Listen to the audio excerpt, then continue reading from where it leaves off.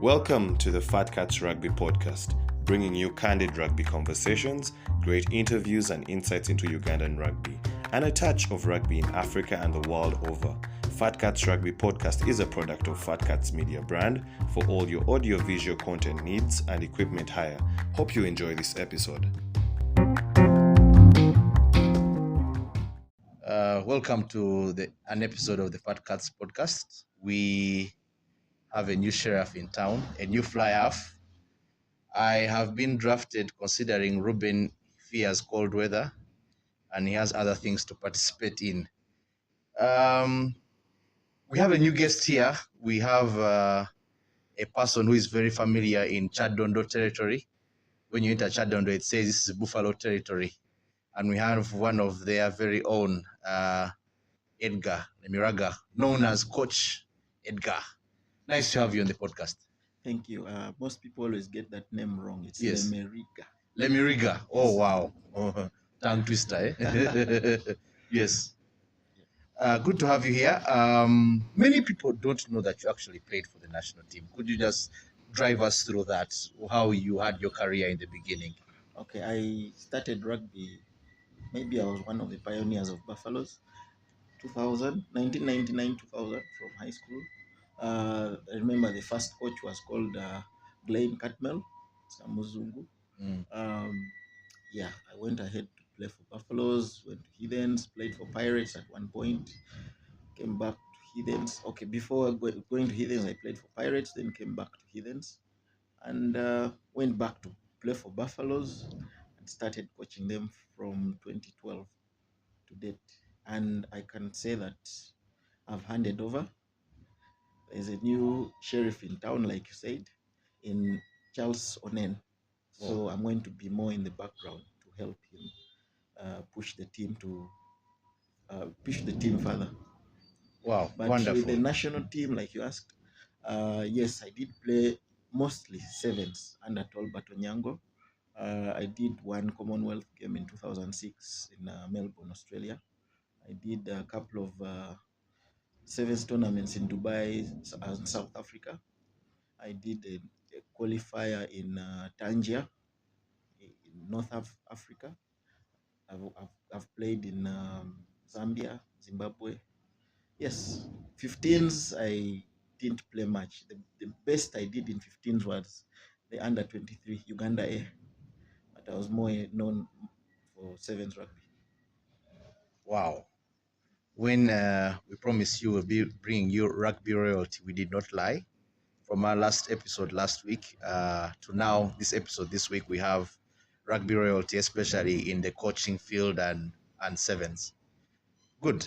Quick recap. We had a long hiatus from rugby, but we have had a few tournaments in between from the last time Ginger Hippos came out on top to get their maiden win. We have had the core qualifier rugby series. These were held over the weekend, Independence Weekend, at Wankulukuku Stadium, that will later on host women's games. We have also had the Immy Mudoola tournament, and I have a lot to say about that tournament, where there was plenty of age grade rugby development in terms of the women. And then we're going to have a little bit of women's rugby coming up. So this will be the steering wheel of our discussion, rugby, and more rugby.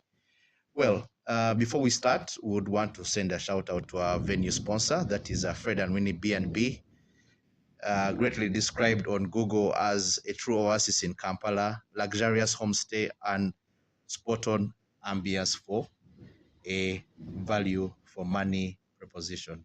So wherever you have a chance to get away from the hustle and bustle of Kampala City, looking for some nice Wi-Fi, a serene environment, perfect meals from a chef, kindly do not hesitate to reach out to Fred and Winnie B&B located in Kisasi. The details of number and location will be dropped in the description of this video, and you will be hosted very well for a fare, and tell them a Fat Cat sent you. Now, core qualifier series, we had Rhinos come out on top, and Rhinos will be playing the Nile Special Sevens next year. Did you participate in this tournament as a coach, or you just were a fan on this one? I was a fan. Yes. And to be honest, we didn't expect less from Rhinos. Uh, they were the favorites and they didn't disappoint. Yes, I went and watched a few games. I'd like to say that there's a lot of good talent up country, and we need to invest time and resources to tap into that.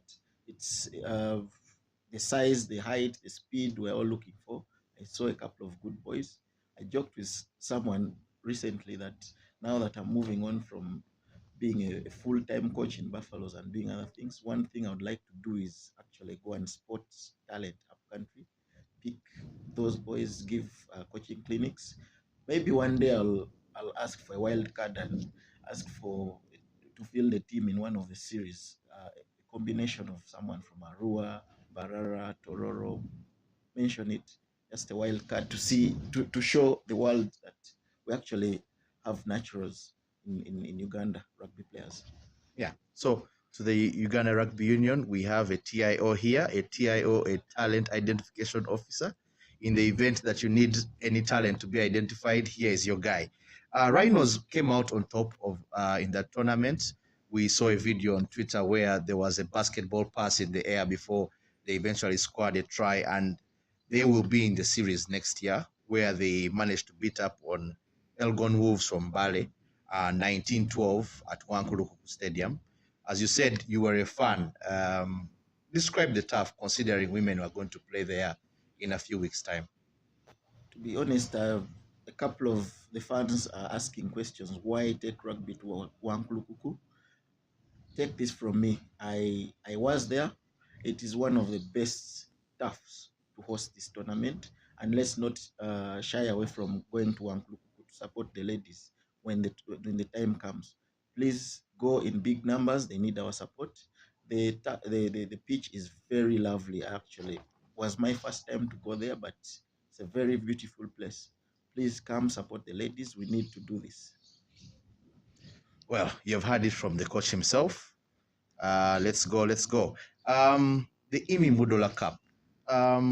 This is a tournament that is held annually in commemoration and also in tribute to a great servant of the game. That is Mama Immy Mudoola, who is a mother to a few of the rugby playing Mudoolas.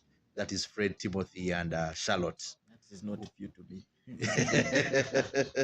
We have plenty of rugby families in Uganda, and every family that puts in its contribution deserves a tournament in their honor. And this tournament had nearly 3 or 4 age grades. We had the under 10s, we had the under 14s, under 17s, and under 20s that played out in a tournament at Chadondo on Sunday. And we had actually quarters Rugby Academy coming out as victors in under 10s. We had KTC coming out victors in under 14.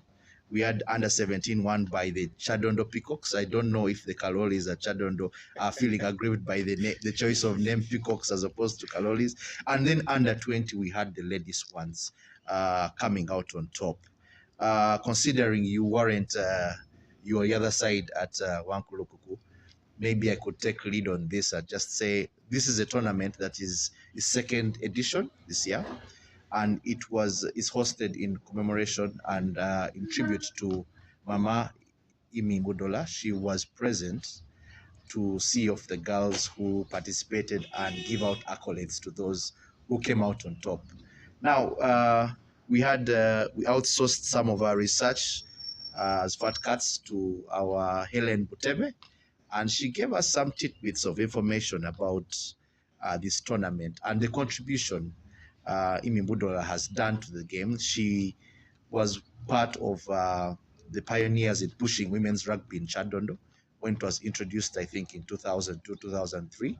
And she has been a home for very many lady rugby players and fans as well, where she has managed to host very many people in their household and pushed her children to greater heights in Ugandan rugby, for which we are deeply grateful and appreciative. So that is a brief background, and perhaps one day, one time, we'll have her story to be told on the podcast. Actually, to add weight to your story, I was there before I went to Akuku. Oh, yes. I met her, said hi to her, watched a couple of games.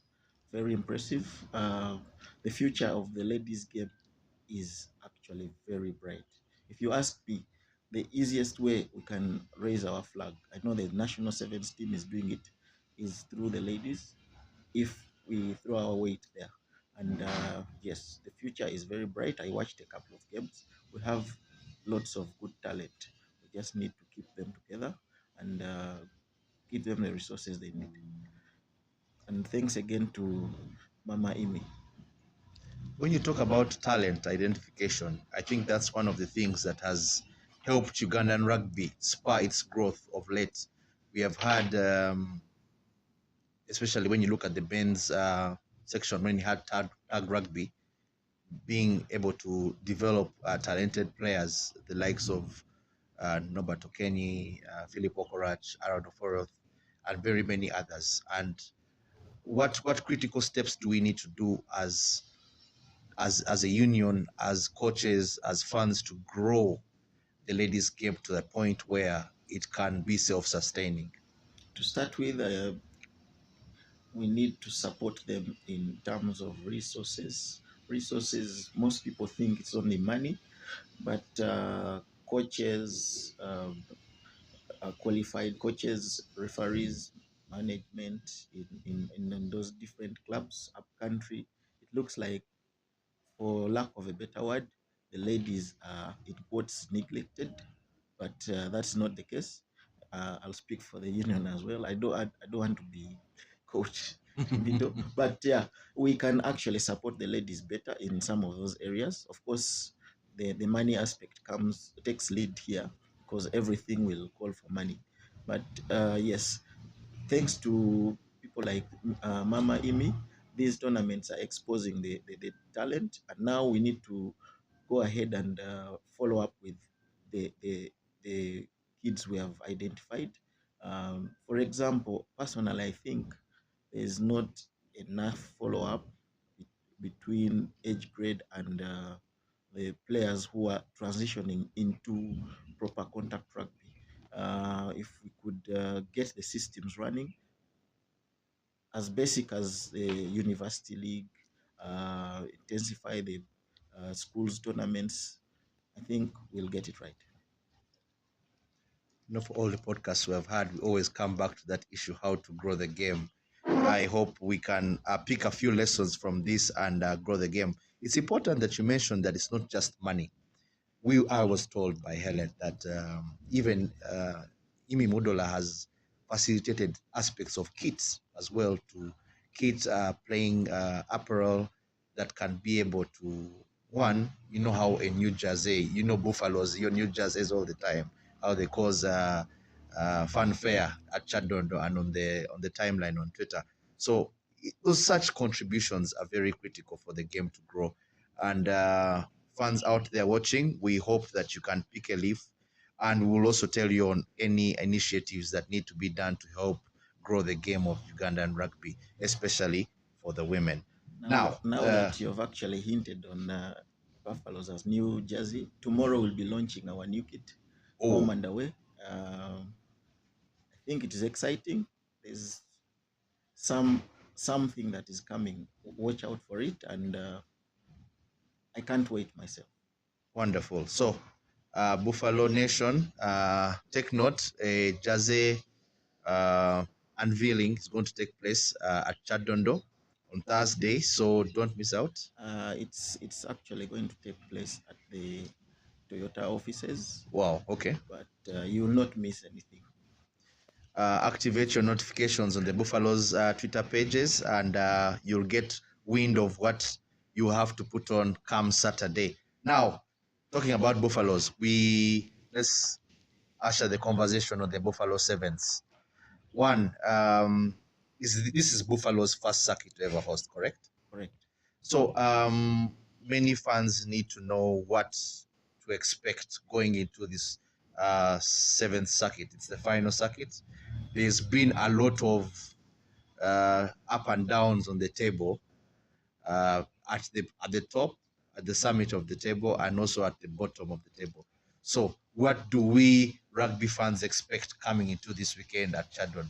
Let's start with on pitch. Actually, we are looking at the number 1, 2, 3. But for me, the exciting battle is the relegation battle. There are 3 teams; any of them can still go down, and that's where I think the real final will happen. On top of the table, that is I wouldn't say it's an easy one for me, but it's not going to be as exciting as the relegation battle. Let's That is on pitch for me. Off pitch, I happen to be actually as a chairman to this tournament. Like I said, I've not moved on from coaching, but I'm transitioning to other things. Onen Charles will be taking lead, but doesn't mean I'm not going to coach again.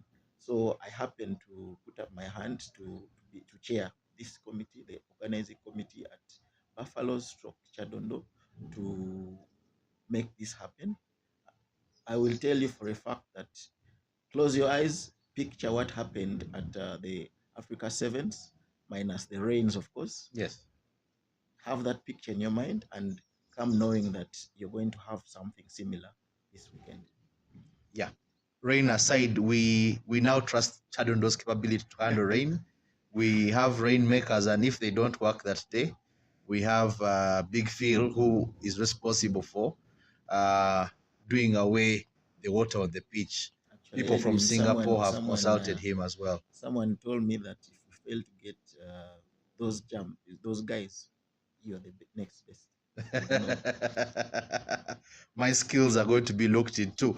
Going ahead, table standings. You mentioned the battle at the bottom is going to be very key. We have at the bottom, we have Warriors, Walukuba Barbarians, and Plascon Mongas, separated by a point.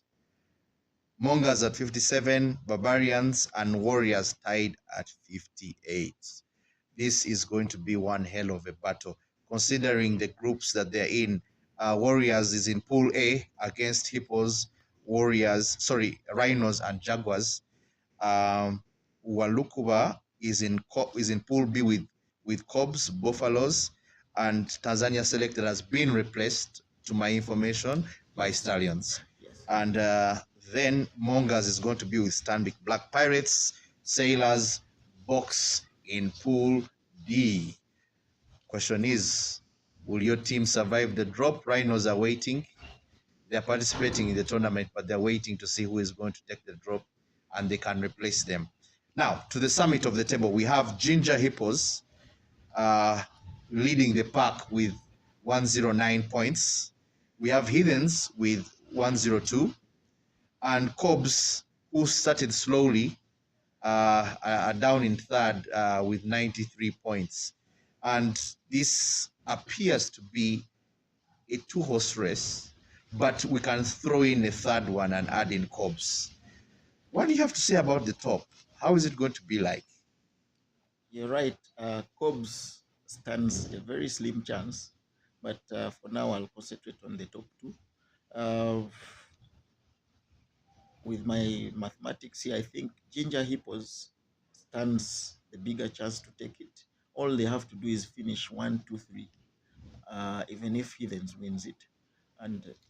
But like I said before this podcast, yes, many people have already drawn the flight path for this tournament and most of the teams. But I expect very many surprises, and you'll quote me right or wrong after the tournament. But that's the feeling I get. We think that a certain Buffaloes is going to go through, or KOBs, or I'll leave that for the day. Let's not make the quarterfinals before the games are played. So wait for Saturday and see who goes through. You mentioned about chokers in this tournament. Can you explain what is your view about the long break that we have had from the Ginger Sevens till now? How is that going to impact the preparation of teams? For starters, I think it was good There's been a lot of travel. The bodies were tired, players, I mean. We need to manage players. That's player welfare. The, the breaks were very important.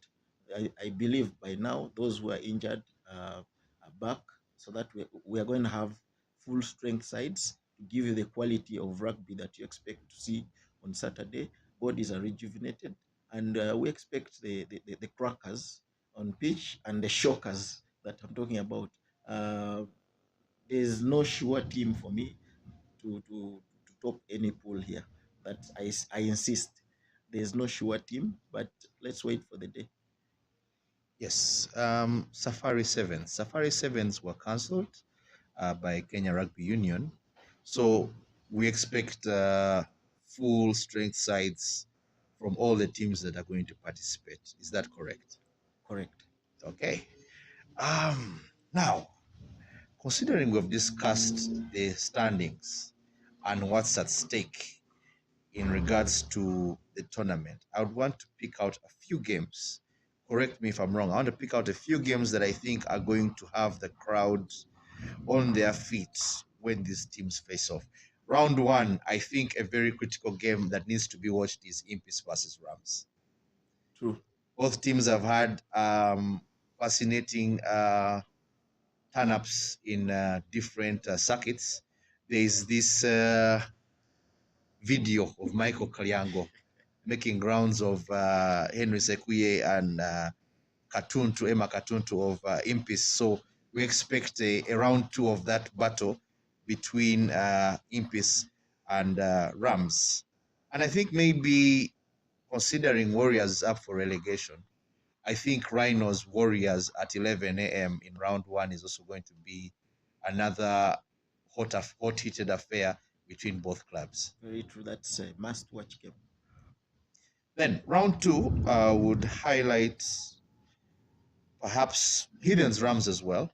Rams are no pushovers this tournament. They currently are seventh, but they have done a few upsets in this tournament in the group stages, so you wouldn't want to count them out of this. And we'd also have another game of maybe KOBs Buffaloes as well to see how the home side can show its dominance on the field.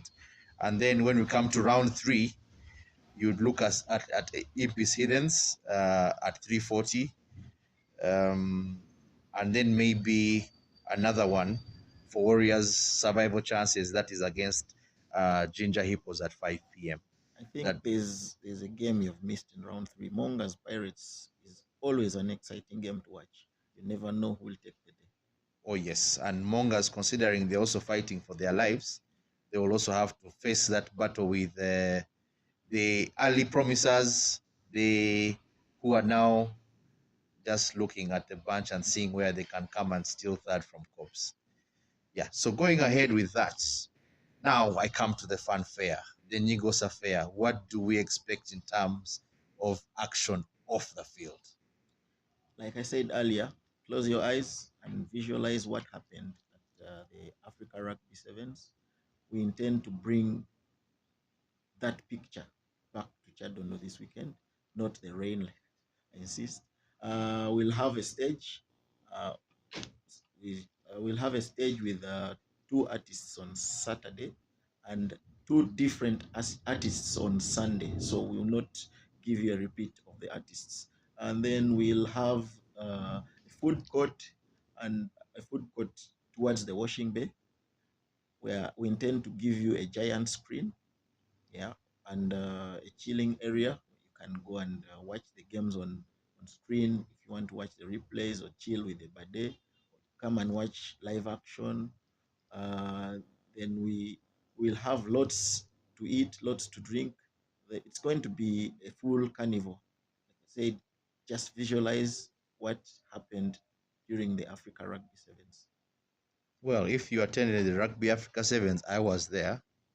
It was a full-blown out party. So expect nothing more, nothing less, other than a carnival hosted by Buffaloes.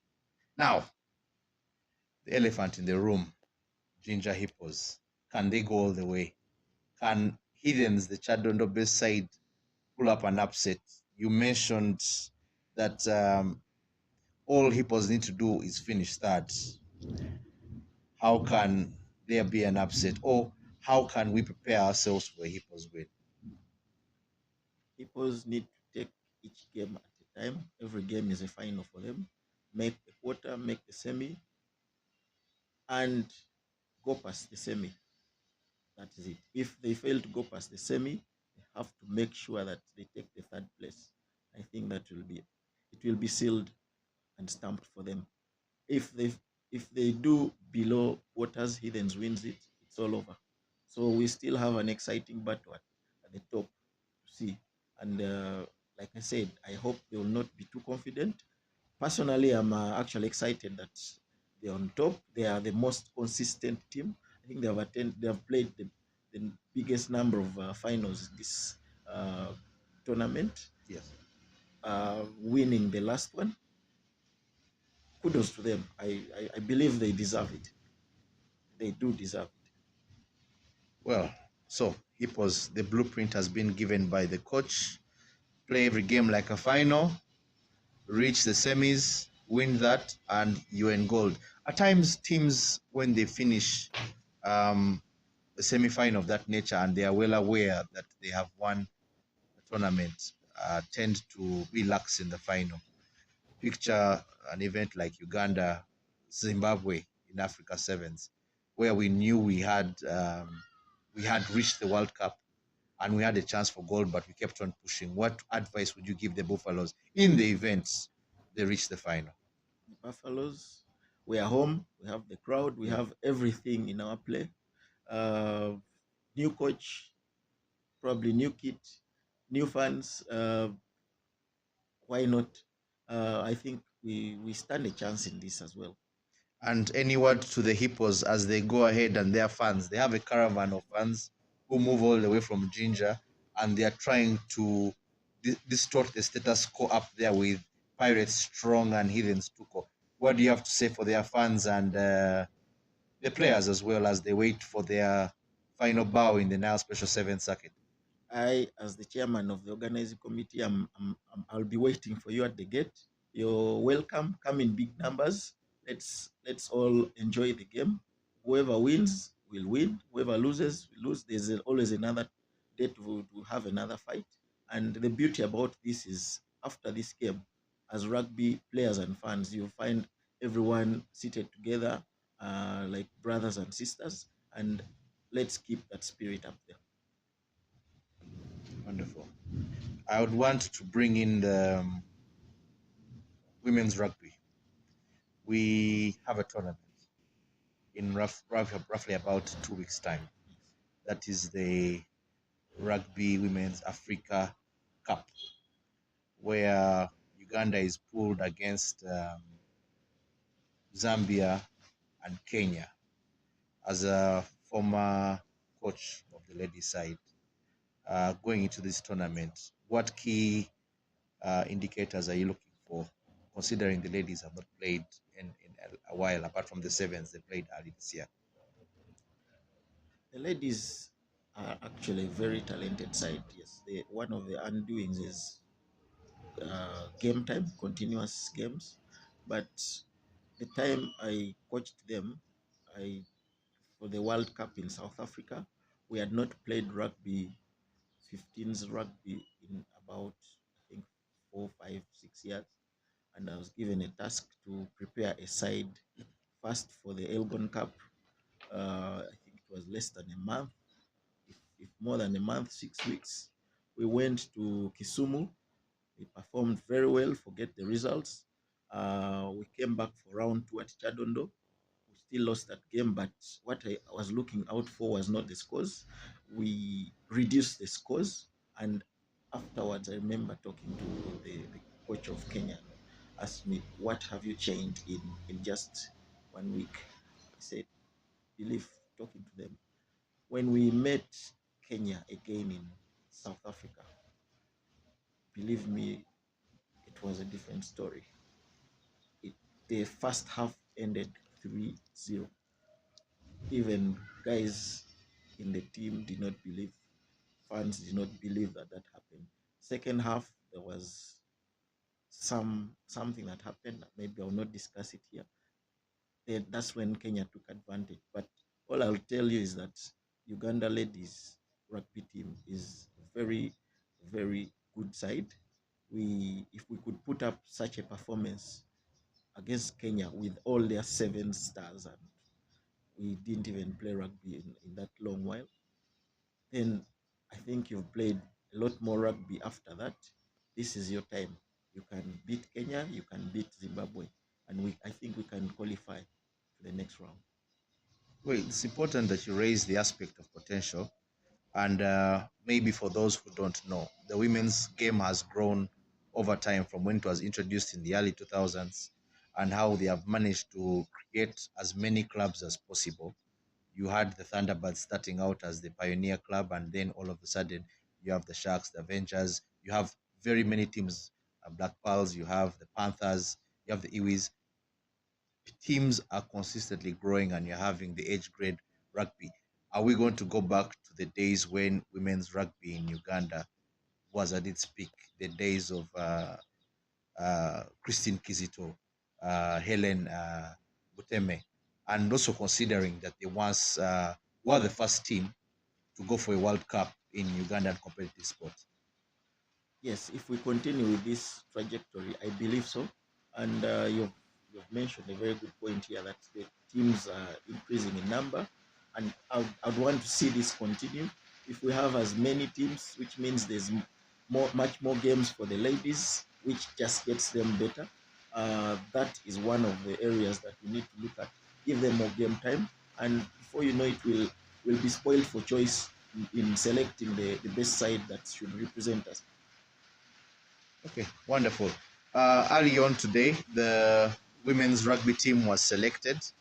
As you can hear in the background, there is a drop or a few drops of rain that have joined us today.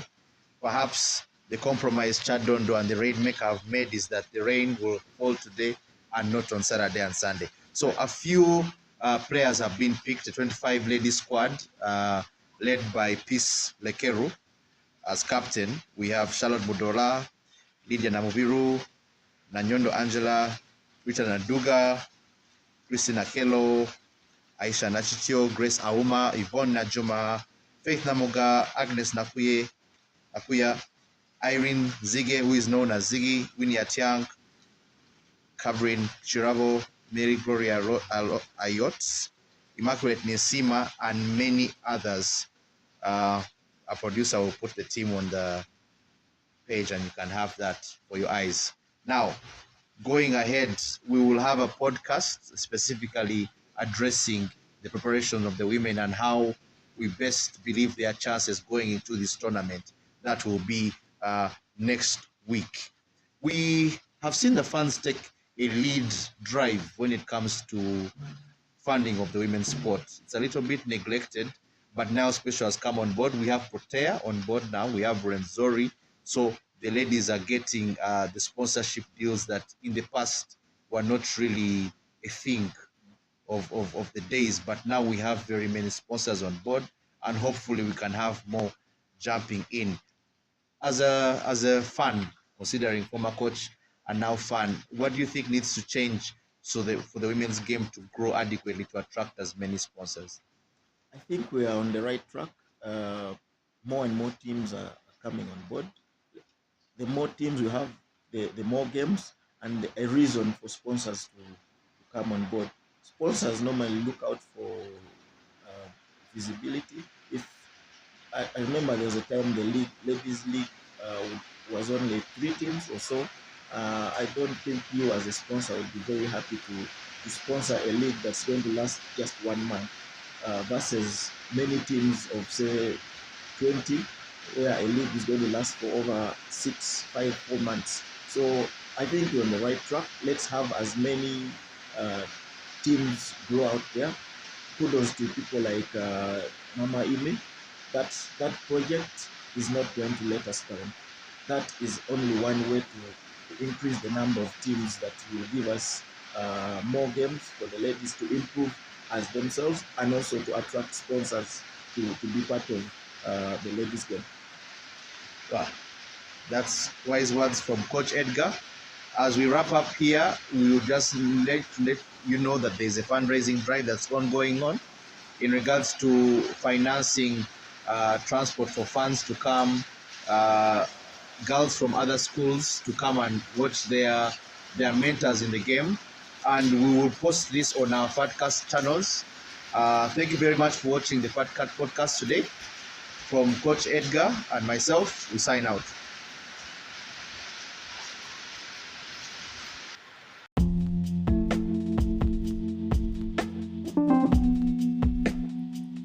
Thanks for listening in. Share with us your thoughts from today's episode, and don't forget to follow us on Facebook, Instagram, Twitter, and subscribe to our YouTube channel.